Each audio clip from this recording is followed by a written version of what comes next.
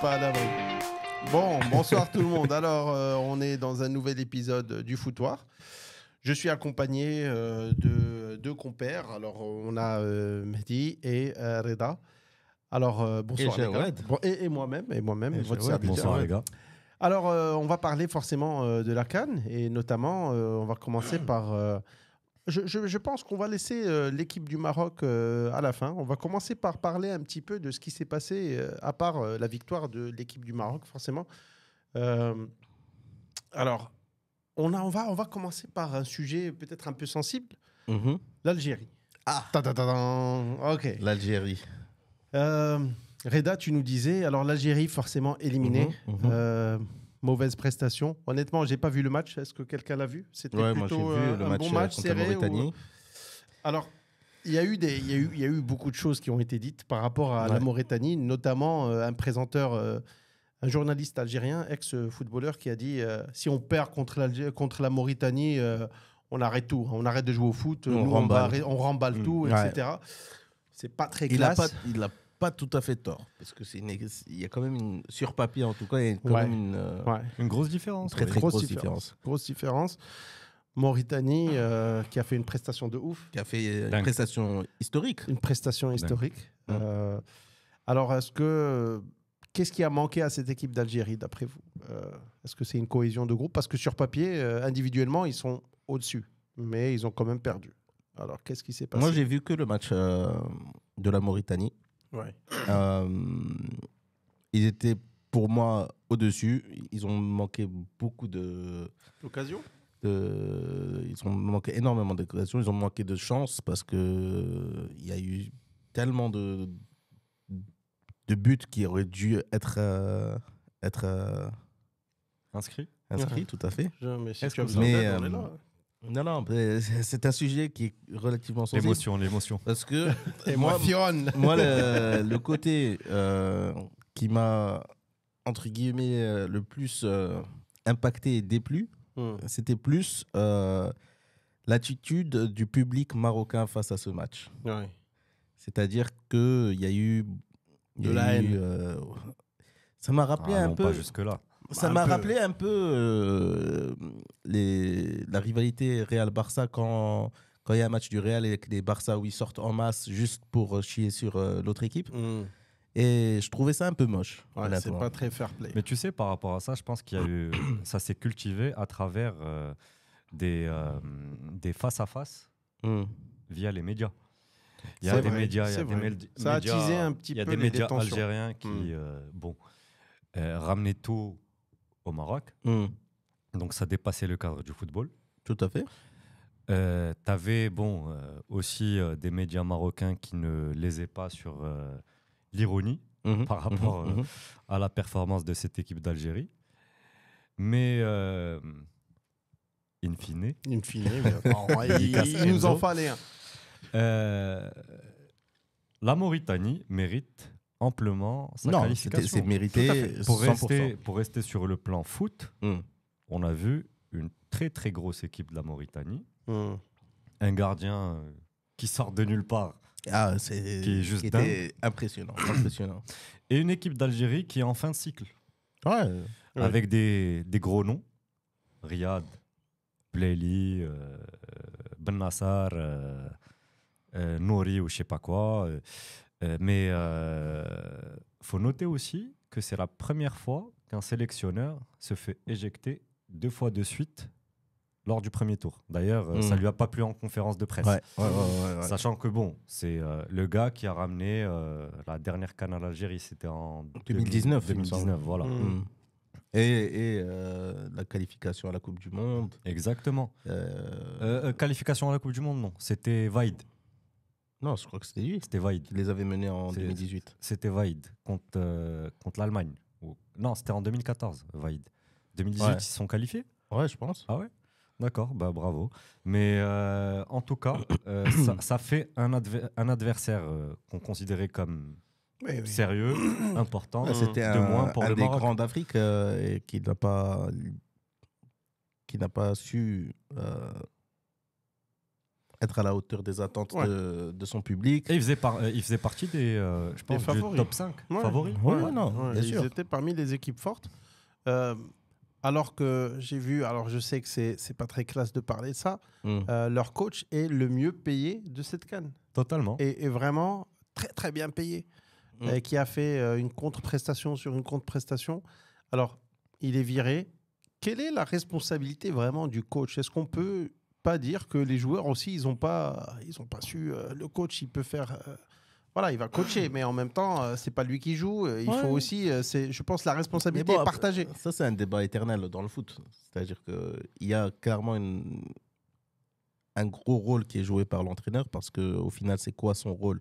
Surtout à l'échelle stratégique d'un pays, d'une équipe nationale où la majorité du jeu se joue surtout au mental et ce que tu tires de tes joueurs et à quel point tu arrives à les rallier derrière la cause nationale, etc.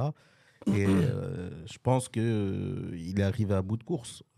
Quand tu goûtes à certains sommets et que tu galères très bas, je pense que c'est le moment de ramener un peu de fraîcheur et là ils sont en bout de course et je pense que tu sais par rapport à ça Khereda, le Jamal Belmadi, donc l'entraîneur algérien, c'est quelqu'un qui a su tirer ça de ses joueurs. Bien sûr. Il a gagné une CAN avec eux. Et c'est plus ou moins à quelques jours près, c'est les mêmes cadres. Ouais. C'est bien ça le problème. Je pense qu'il y a, à mon avis, il y a deux raisons.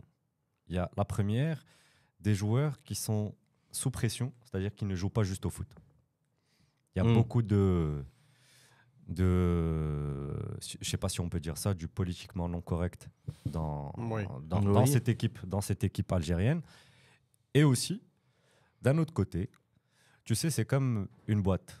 Quand elle coule, ça reste la responsabilité du patron. Bien sûr, on va couper la tête du serpent. Toutefois. Dans ce cas-là, c'est Jamal Belmadi et puis peut-être aussi le président de la fédération algérienne. Donc, une fin de cycle, ils ont 4 ans, enfin même pas, on est en 2024, Coupe du Monde en 2026, donc 2 ans pour préparer les qualifs de la Coupe du Monde. On est fair play, on espère pour eux qu'ils puissent s'améliorer. Cela n'empêche, il faut dire aussi une chose, c'est que cette CAN a prouvé encore une fois qu'il n'y a plus de grosses équipes. La suprématie on parle de l'Algérie, la Tunisie out aussi. L'Égypte a un fil. Et il y a quasiment aucune équipe qui a survolé le Sénégal, à part le Sénégal. Le Sénégal et le Cap-Vert.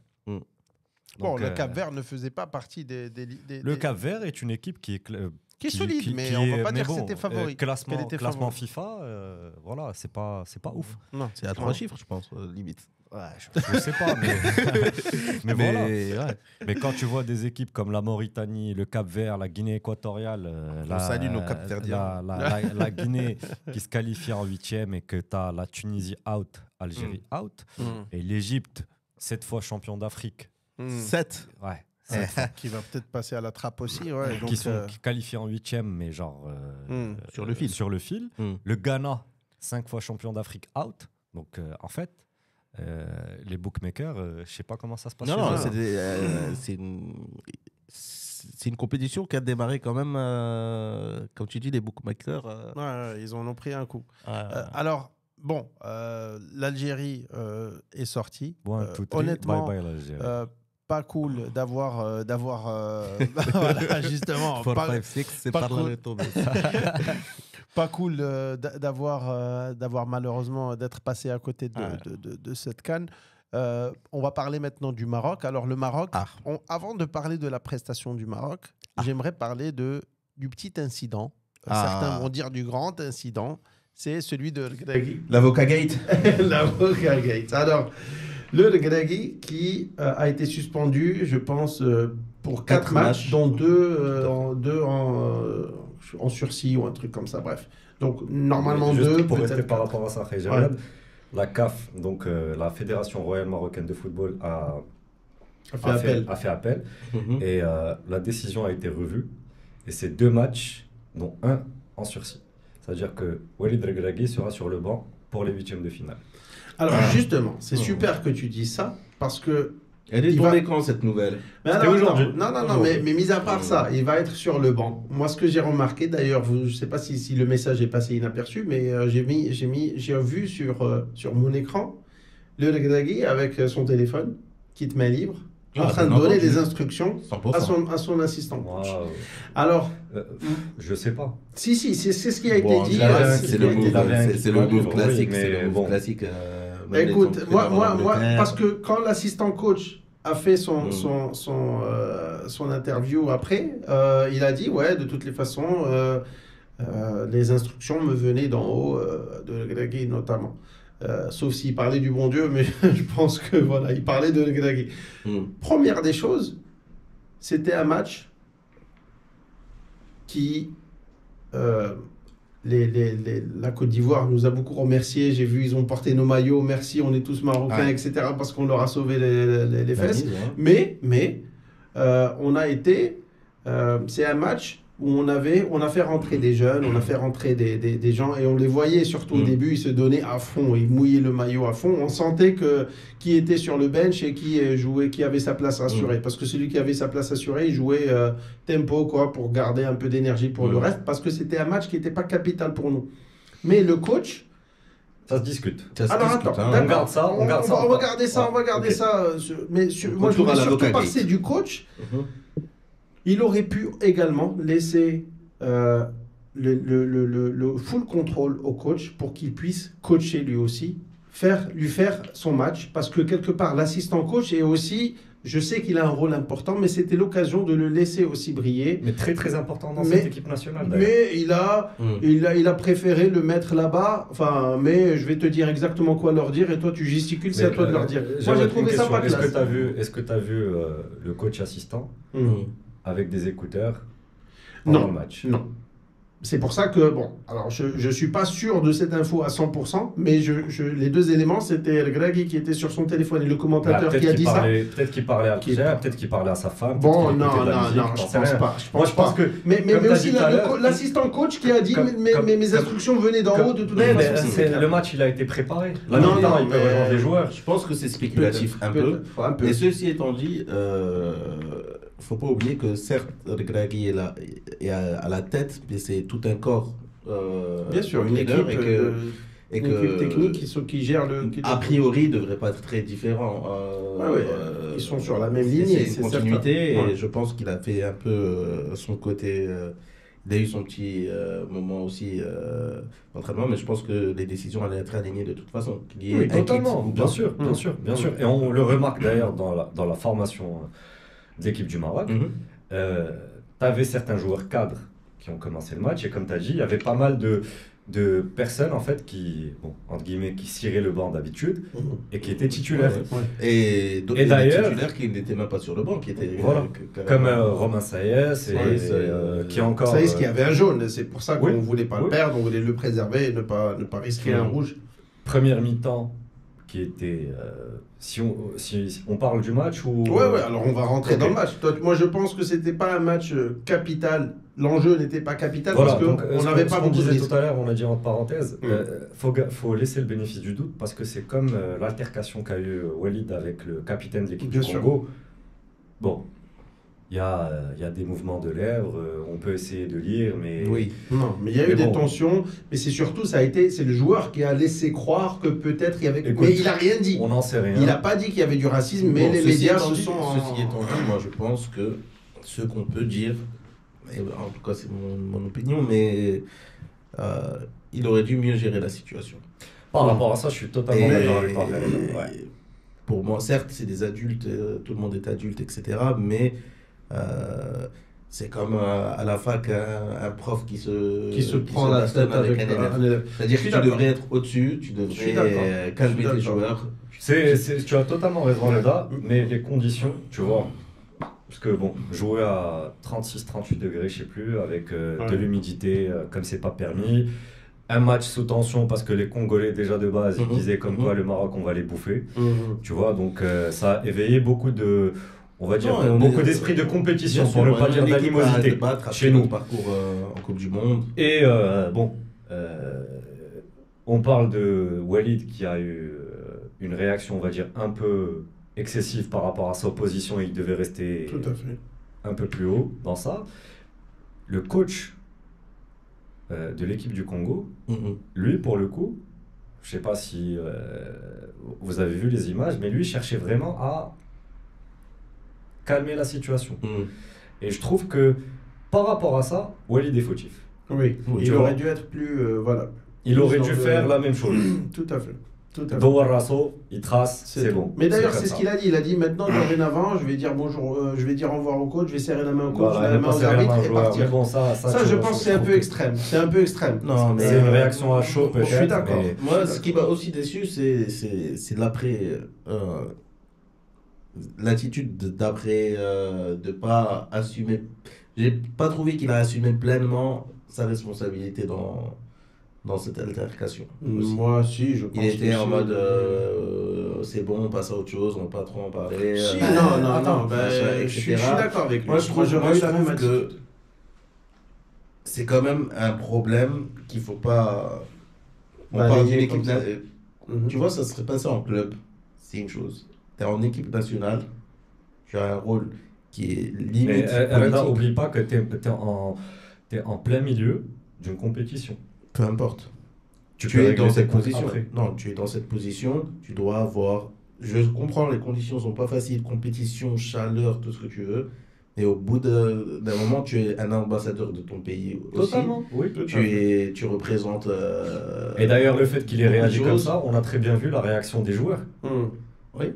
Ça a dégénéré. Ouais, totalement. Et qui plus est, 3/4 des gens qui étaient impliqués dans ce brouhaha, si je puis dire, je suis sûr qu'ils sont même pas au courant du cas de ce qui s'est passé. C'est-à-dire que c'est juste un effet de foule, etc. Bien sûr, Donc, moi, je pense que c'était un manque d'expérience. C'était un manque de maturité, un manque de lucidité, parce que après 90 minutes sous il y a beaucoup je suis d'accord, il y a la déception du résultat, etc. Moi, je pense que il y a beaucoup de ça aussi, je pense. Il y a la frustration d'être passé à côté du match. Bon, peu importe. Maintenant, passons au match. Cela n'empêche. On est qualifié. L'Algérie ne l'est pas, lui il remue le couteau. On vient de dire qu'il fallait être un peu plus classe dans les défaites, dans les victoires aussi. Mais bon, alors on est qualifié. On rappelle juste un nombre de qu'est-ce que vous avez pensé? Félicitations l'Algérie, pardon, le Maroc. Mais Gragui, malgré tout, on t'aime bien. On t'aime bien. Honnêtement, il a fait de belles choses. Et quel beau geste de Ziyech avec l'équipe nationale quand ils ont marqué. Ah oui, tout à fait. Contre le Zambie. Voilà, le but. Ça montre une cohésion de groupe. Et aussi un peu de lèche, etc. Bon, le patron, j'ai été assez surpris, peut-être à tort, parce que je suis peut-être pas la personne la plus informée, mais j'étais assez surpris que ce soit lui, le numéro 2, le capitaine numéro 2. Il y avait qui sur le terrain? Il y avait lui, Hakimi. Hakimi déjà. Ouais, entre les deux, je pense que Hakimi a un peu la priorité. Bono, ça aurait été bien aussi.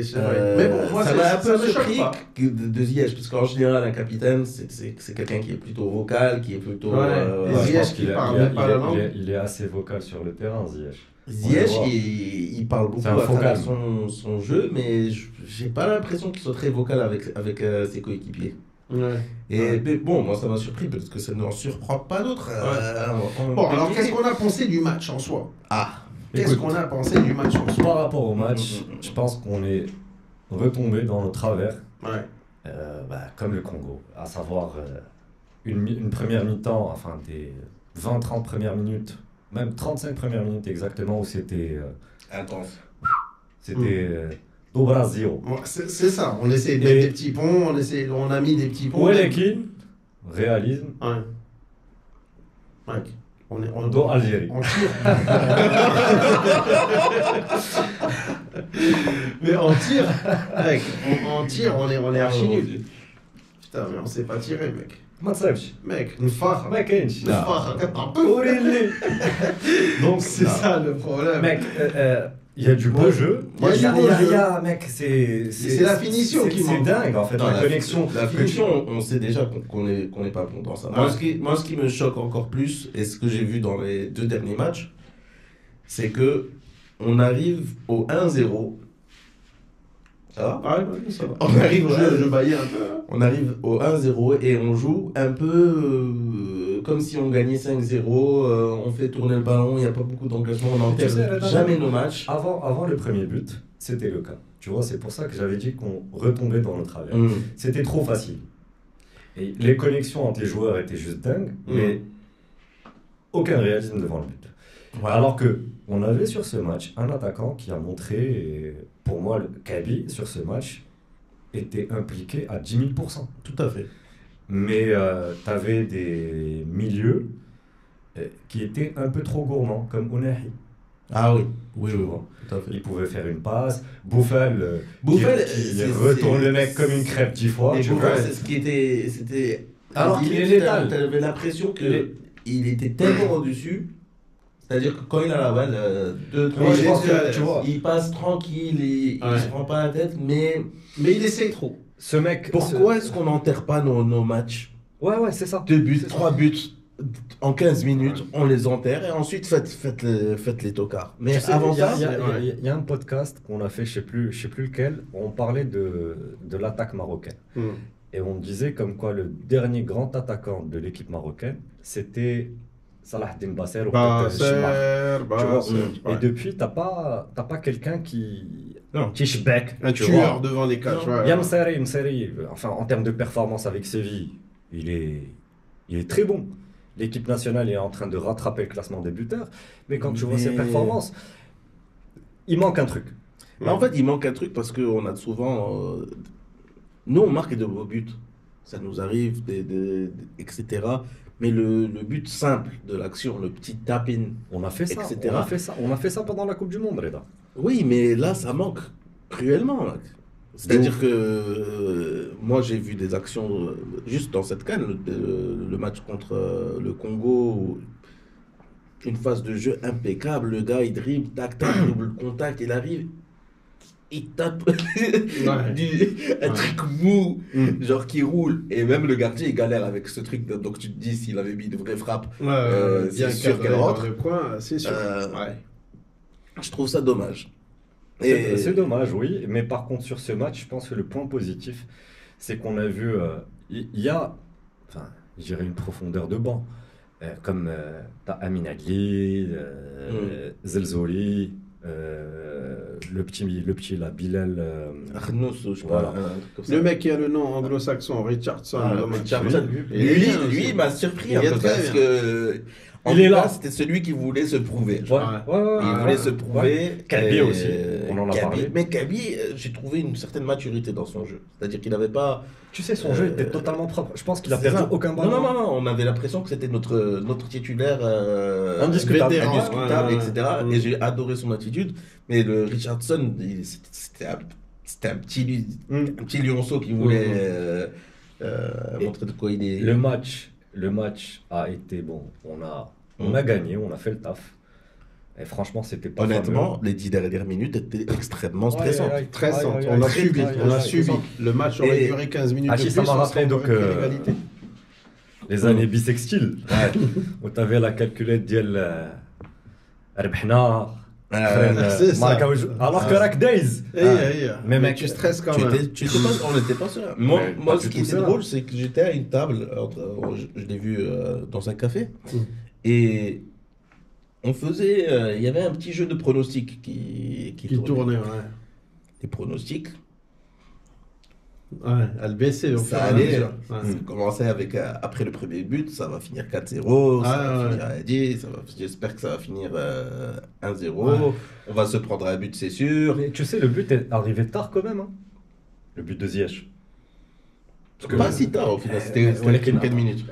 Je sais pas, t'as remarqué que toi qui es un grand fan. Un fin connaisseur, vas-y, tu as besoin d'un expert. Sur les 20 premières minutes, est-ce que t'as pas remarqué que l'équipe du Maroc jouait contre...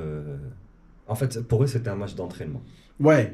Ouais, non, 100%. Alors, mais eux aussi ont déclaré, alors l'assistant coach, pour le coup, il a déclaré, bon, il fallait qu'on se préserve, il fallait qu'on fasse tourner aussi les joueurs qui étaient sur le banc, et il fallait qu'on se préserve. Alors, Moi, je pense qu'il a bien géré les médias par rapport à ça, mais tu penses pas que c'était pas la bonne stratégie de se Je préserver? ne pense pas. Tu sais pourquoi? Parce que tu as une équipe du Sénégal, par exemple, qui a gagné tous ses matchs. Ils ont joué leurs 3 matchs au même rythme. C'est ça.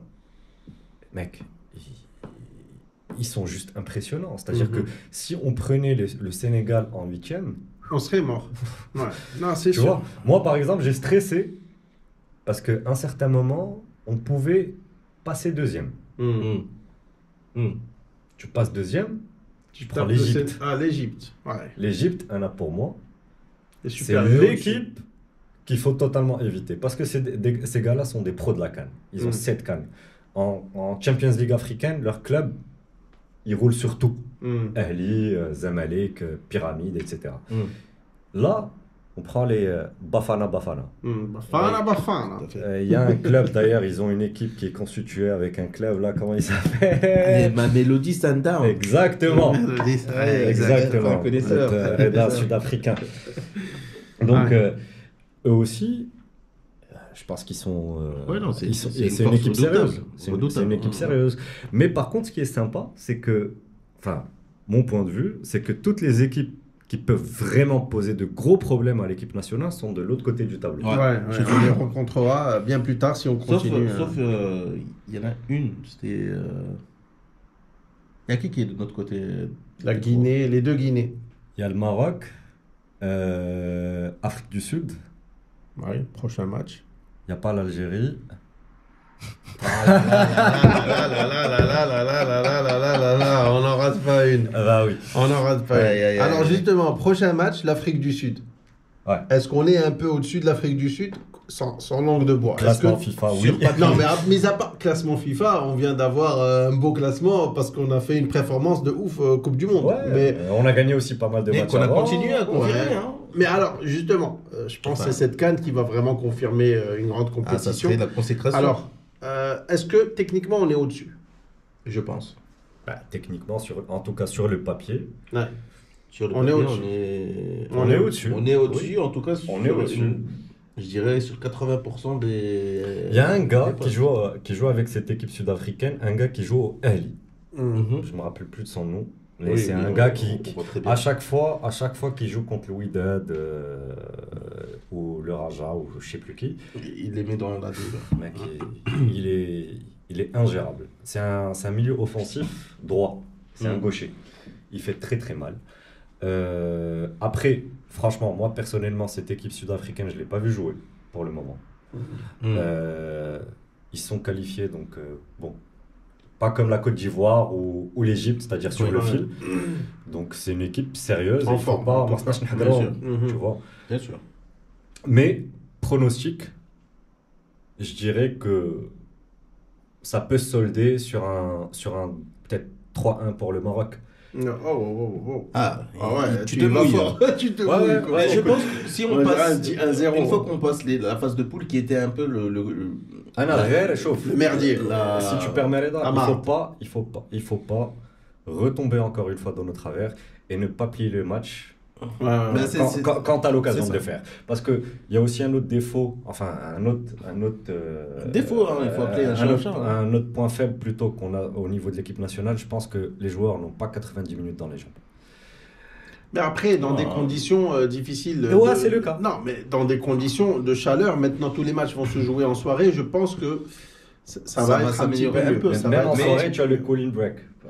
C'est vrai. J'ai été étonné par il y a de meilleures conditions, je pense, quand même, le soir. Mais surtout, on sort de la phase de poule qui était un peu vue comme la formalité. C'est-à-dire que là on rentre dans la phase d'élimination directe. Où l'accident peut vite arriver. Et là, tu peux pas te dire, ouais, on prend le temps, il faut être un tueur, on s'économise ou pas, parce que si tu ne passes pas ça, tu n'as rien à économiser. Tu rentres chez toi. Tu chauffes le moteur de l'avion, tu rentres chez ta mère. C'est ça. Par contre, J'espère que... Je pense que Moi, je pense ça que nous va mieux. ouais, Ça nous va mieux. c'est ça, Renaud Jawad. je pense. Moi, je dirais Aka, 1-0. Aka. 1-0. 1-0. 1-0 comme ça. 1-0 pour le Maroc. Sinon, ça serait chaud. On est Voilà. favoris. Je pense qu'on n'a pas le... On n'a pas Le 3 statut buts. de favori, on l'a. Ouais, mais on n'a pas 3 buts. On n'a pas des Moi, je finisseurs pense, qui vont finir. Moi, je vois bien le 2-0. Le Le 2-0. 2-0 tout rond. Ouais. Moi, je Avec dirais un le 1-0. retour, Et celui qui a fait, moi je trouve qu'il faut souligner pour le match contre La Zambie, c'est le défenseur là, comment il s'appelle? Abdelhamid. Qui a remplacé, qui a Ne remplacé me regarde Seyss. pas. Oh là. C'est pas une Enzo. C'est pas une Enzo. Qui a remplacé Seyss. Ah, l'arrière gauche. Ataïtla. Oui. Bah, qui était titulaire la Coupe du Monde. Qui a fait un très gros match aussi. Ouais. Très très gros match. Bah, si tu te rappelles, c'est lui qui avait donné la passe à Nséré contre le Portugal. Quand Nséré a fait la. Ah, c'était lui. Ouais. Ah, à Ronaldo Airlines. Ouais. Très Ouais. très bon joueur, oui. Bon, Très, très bon en joueur. tout cas, honnêtement, moi j'ai bien aimé. Je sais que pendant le match, alors on a un groupe, le foutoir, et on s'envoie des messages. Et il a dit toi, tu n'as pas trop aimé que, par exemple, Ziyech fasse des petits. Enfin, pas Ziyech, pardon, mais que l'équipe en tout, en gros, fasse des petites feintes, des petits ponts, des petits ci, des petits ça. Toi, tu aurais préféré Il y avait trop de- C'est-à-dire- Moi, ce genre de jeu, ça me régale. J'adore voir ça. C'est ça ce que ça, j'allais te dire. C'est joli à voir. Ouais, l'équipe, bon, Dans le bon moment. Voilà. Il faut Ouais, être- mec, mais si tu le tu fais peux pas pas être maintenant, dans tu la le fais quand? suffisance. C'est Tu pas peux la pas- suffisance, si, c'est la du beau jeu suffisance. aussi. Non. Chauffe, Quand le tu foot, arrives c'est un à faire- spectacle. Quand tu C'est un peux faire une spectacle. passe qui arrive, Mais assure tu le le résultat. fais. Ouais, mais c'est Tu joli le à fais voir. à 2-0, 3-0. Moi, je vais te etc. dire pourquoi est-ce que ça m'a fait un peu sourire. Parce que sur une autre échelle, mais c'est ce que tu fais tout le temps, toi. C'est pas ce que tu fais tout le temps. Si. Eh ben alors pourquoi il dit ça, gueule J'accuse. Tu adores faire ça, tu adores Ouais, le petit pont, mais bon, le mec qui revient, bon. tu le refais un Après, petit bon, pont. Il y a d'autres enjeux, mais je veux te dire par là, donc tu kiffes le beau jeu, le truc. Mais tout le monde, c'est c'est ce que je te Mais dis. c'est ça, J'adore, faut pas j'adore. perdre. Et tu sais, pour revenir au cas de Bouffal, parce que je pense que Ali, ton frère, s'il le trouve en face de lui, il peut le lyncher à travers ses messages, le groupe. Mais Ouais. moi, je trouve que Bouffal est un joueur qui est mais vraiment létal dans ses dribbles. Je suis tout à fait d'accord. Il chauffe, il te tue. Pas dans Non, ses non, tirs. il a l'air, il a l'air, te il a tue. l'air pas dans ses Il tirs. fait la c'est ça le problème. différence. Pas dans ses Il tirs. fait la différence. Il a un cheat code. Mais par contre, Genre, tu vois que le gars, physiquement, c'est-à-dire Mm. s'il doit faire 3 accélérations, il il est cuit. est Ouais. cuit. Ouais. Là, Il est mais cuit. on a beaucoup de poids plumes dans l'équipe, comparé à d'autres équipes et des africaines fois, qui sont peut-être que- beaucoup plus fortes. Il y a un dribble, le deuxième. Le troisième, il est un peu court. Zid a dit le troisième. Allez, c'est pour Bibi. Allez. Walekin, après, il faut rester lucide pour faire la bonne passe ou peut-être même le bon tir. Tu vois, et je pense que Ounahi est en train de tomber dans ces déboires-là. Ouais. Alors que lui, c'est... Bon, je pense que maintenant, il s'assume comme le métronome de l'équipe. Parce que bon, Ziyech, il joue à gauche. Enfin, plutôt à droite, pardon. Et Ziyech, son truc, bon, je pense qu'on a tous remarqué que Ziyech n'est pas un très grand dribbleur. Mais par contre, en termes de passe, changement d'aile, etc., il peut faire très très mal. En termes de tir aussi. Peut-être que même, il faudrait peut-être penser à changer la position de Ziyech, le ramener plus vers le centre. Je pense aussi, parce qu'il se donne beaucoup physiquement à faire des allers-retours. C'est presque un ailier box-to-box. Mais les C'est Ziyech ça. Hakimi, il y a une entente qui est très très bien. Le Il y a- box-to-box, je sais pas ce que c'est, mais c'est pas grave. grave. Ah, l'anglais de Khaya. L'anglais de Khaya. Mais bon, après, prochain Mais match, je alhamdoulilah, pense que ça va bien se alhamdoulilah. passer. Ah, tu peux. Ouais. Vas-y. Encore. Ça, c'est pour ce qu'a tiré Gragui sur le terrain. On l'a traité de raciste alors qu'il a juste dit. Voilà. C'est Mélia, Nadim Bouk, Nadim Babak. Bon, bref, les gars, écoutez, je pense qu'on a fait le tour de cette canne. Mais alhamdoulilah, Et, on félicite quand même l'équipe nationale. Très bonne Exactement. prestation. Ça fait plaisir. Le match le prochain match du Maroc, c'est quel jour? C'est le. C'est bientôt. C'est très bientôt. Et on sera là, C'est le mercredi, on sera là à voilà. bientôt et demi pour faire un autre podcast. Allez, bisous, ciao. Ciao, les gars. Bravo, les gars. Very cool.